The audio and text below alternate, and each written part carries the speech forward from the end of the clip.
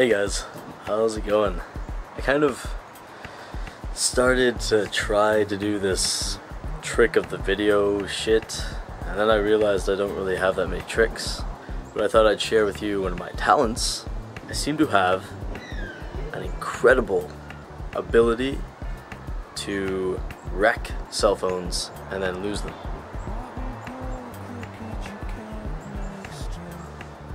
Yep. Ta-da! Do yourself a favor and pack your bags. Yes, I don't know what it is, what's going on. It's old Blackberries too, like.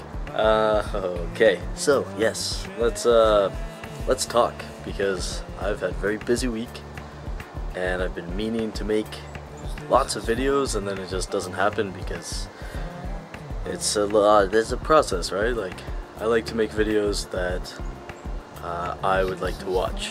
I like the edits, jumping around kind of stuff, and edit. Oh, I'm back over here now. Oh, sweet. I like that. I don't know. It's the filmmaker in me, maybe, which isn't saying much because I gotta get out there and start making films. But yes, why don't I'm telling a few people. I've decided, 98% sure at this point, that at the end of this summer coming up, I'm going to move to Vancouver and get into the film and television industry there and just work on sets. And I've been talking to people and listening to what they have to say about it, and just this idea of working hard and showing up every day and being happy and cheerful and amicable, and that really drives you forward. Because in the film industry and TV, I guess, people get really discouraged because they go in thinking that they're going to get instant fame, and that's not how it works. Like, that's the exception, when people hit on something and it just explodes. That's not typically how the industry works, but that's glorified, which is why people think that that's how it works and that's what they're striving for, and their whole culture is kind of shifted away from an ethic of hard work, which I embody, definitely. If I don't enjoy doing something, I don't do it. I'm very lazy, and I don't like investing my time in things that I'm not interested in, which is terrible because that's the way we've set up life. You have to do things you don't want to do in order to survive, right? Like, I'm sure a lot of people can relate to that. The beginning of the summer, my classmates are organizing a trip to New York, so that's very exciting. Going back there, kind of doing it our way, maybe a bit more drinking this time, I don't know. And then at the end of the summer, August, we still have to hash out the details, but the 501st, so my Star Wars friends and myself. Whoa, it's so loud. God. My 501st friends and myself. I'm really keen on the idea of renting a van and driving down to Florida for Celebration 6, which is purely Star Wars convention, like put on by Lucasfilm. Oh, amazing. I went to Celebration 3, great. First convention I ever went to, actually. 18, 19? I think I just turned 19, and it's Indianapolis. Flew down by myself with my armor, everything. I was in a hotel room with 3 other people, other Garrison members from Ohio.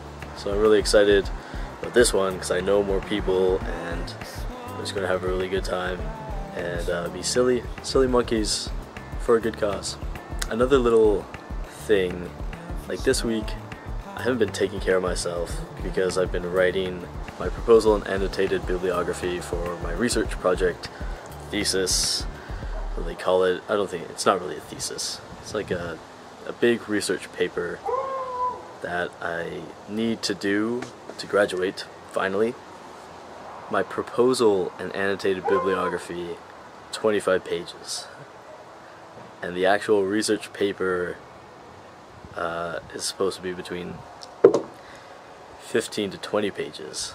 So I'm a little bit interested to see, I think if I can get that much writing out, doing something I don't like I hate bibliographies, I hate referencing sources, I hate APA and MLA and all that horseshit. I hate it. I don't know. It's not that I don't like crediting. I totally love giving credit to everyone. Like, if you say something to me and I really like it, I will not steal it from you. I will let everyone know that you were the one who told me. I think that's very important. I just don't know why with academic research I don't like doing. I think it's because they make it so complicated, and I've been stressing out about that and not taking good care of myself. I haven't been eating very well. I've been staying up until 6 o'clock in the morning working on this stuff, and then I'll pass out on my bed with my glasses still on and haven't brushed my teeth and still in my trousers and stuff, and just face in the pillow So I don't know if this is a result of that, but I have this spot on my lip and it's very sore, it's very painful, and I don't think it's a pimple, and it's very strange. It's just this red dot. I'm not going to try and show you. If you can see it now, you can see it now. If you can't, that's better, because I don't want you to. I don't like it. But very painful, yeah. It's really putting a damper on my plans to make out with people. You know, all those people I was going to make out with, now I can't. Damn it. Oh, that's bad. That's, yep. Oh well. So, little updates on me. And then I guess I wanted to talk about things that I've been learning through my research. It's very interesting. So my paper, I don't know if I'll read you guys some of my paper. Okay. Oh. Don't judge me, by the way. There's a steady examination of contemporary trends in online behavior, and a recent surge of studies focusing on youth engagement with social media and online identity construction. There has also been a slow collective awareness over the past few decades regarding gender identity issues, such as transsexuality. The aim of this paper is to amalgamate these social issues into a cohesive study of trans-identified youth, female to male transsexuals, to be precise, and their struggle to navigate identity construction through online community participation. This has personal ramifications, as I am a young FTM individual who has found a lot of support throughout my transition from peers I've found online. That's you guys. Yep.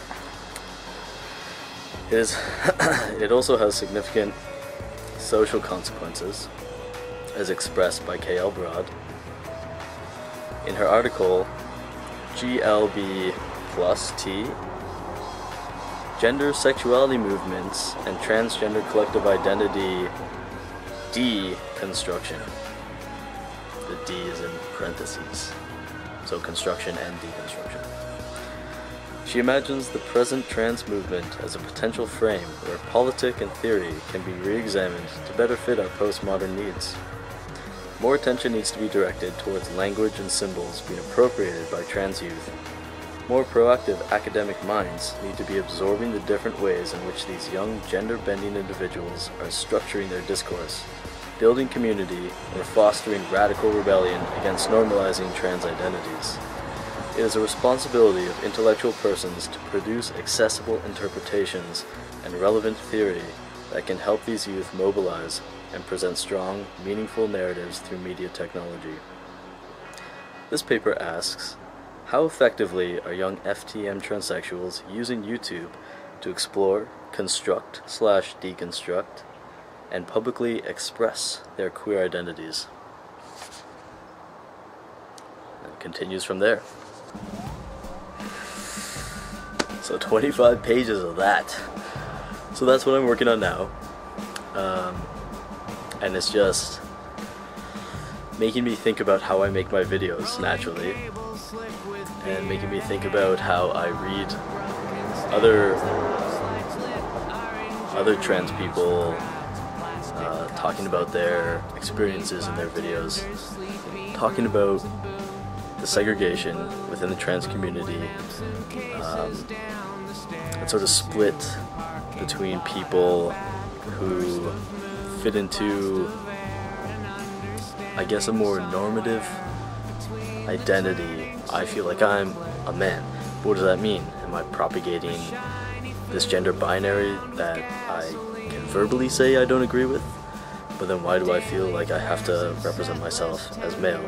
On the other hand, I don't feel like I need to subscribe to masculine ideals that are held within our society. Like right now, the way I am now, hormones, feeling comfortable with my body, I can incorporate female traits and be proud of it, and I don't stress about kind of playing the field of gender, right? So if I do something and it's super girly and someone makes fun of me, I don't care, because it's who I am, it doesn't matter, right? Like, so that's my interpretation of gender. Like I associate more with social expectations of male performativity, but I have no issue with incorporating female performativity into my gender performance. Ha! So you have people within the community who are taking this trans movement. So what's happening now, this community making videos, talking about our experiences, talking about resources, support, how to transition, who to talk to, answering questions, all that is pushing forward a movement. And gender is a lot more insidious, and it's so laced into everything we do, and I think that's why it's such an important thing, and that's why more people need to be talking about it in an academic sense. Yes, we have individuals who are working towards inclusion and identity construction, and so viewing transsexuality and transgender as an identity that can be incorporated into society, and then social institutions need to be flexible to deal with these issues. And then the other side, you have people who are still within the same movement, but they're taking it in the opposite direction. That way, it's not focusing on transsexuality as an identity, but it's the people, okay, I'm not being very articulate right now, which is terrifying for me, but the people who are anti-identity, yes, anti-identity, who don't label themselves, who don't fit into any social boxes, and the people who are striving to break down social constructed labels for everyone. So to erase gender, to erase sexuality, political affiliation, religion, all that stuff, to just remove all these labels and for people to just live. That's a very rebellious approach, to just completely dismantle and deconstruct the social structures that we have invested so much of ourselves into. So I don't think I've expressed that very eloquently, but it's adjusting labels to be inclusive and for everyone to live in harmony and just respect each other's labels. The other people are like, no, fuck that shit. Labels are terrible, we gotta get rid of them.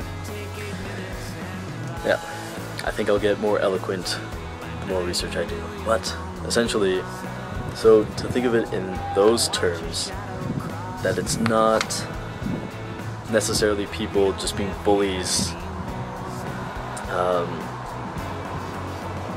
because they're mean people or they feel like they need to say this person isn't really trans to sort of validate their transsexuality, sort of disassociate from people who call themselves trans but act in a way that that person doesn't identify with, and so you gotta just butt that out of the picture, because then if people see the two of you and you're both calling yourselves trans, people are going to make assumptions about this guy.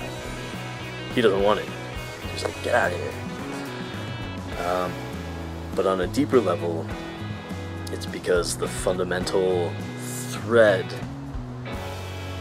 connecting these two people is tense. Like, they're both pulling in opposite directions, and that's why there is animosity. Does that make sense? Does that make sense? I keep asking you guys. Does it? I don't know. Nothing makes sense. There's no sense to be made. We just gotta live our lives and figure shit out as we go. But I find that very interesting, and that's something I have to look at. So yeah, how effectively are young transsexual people using YouTube to move forward in whichever aim they're attempting to propagate? So inclusion into society or deconstructing social structures. Okay, is there anything else I want to talk about? It's a little heavy for a Sunday afternoon. Little tea and crumpets and social identity construction.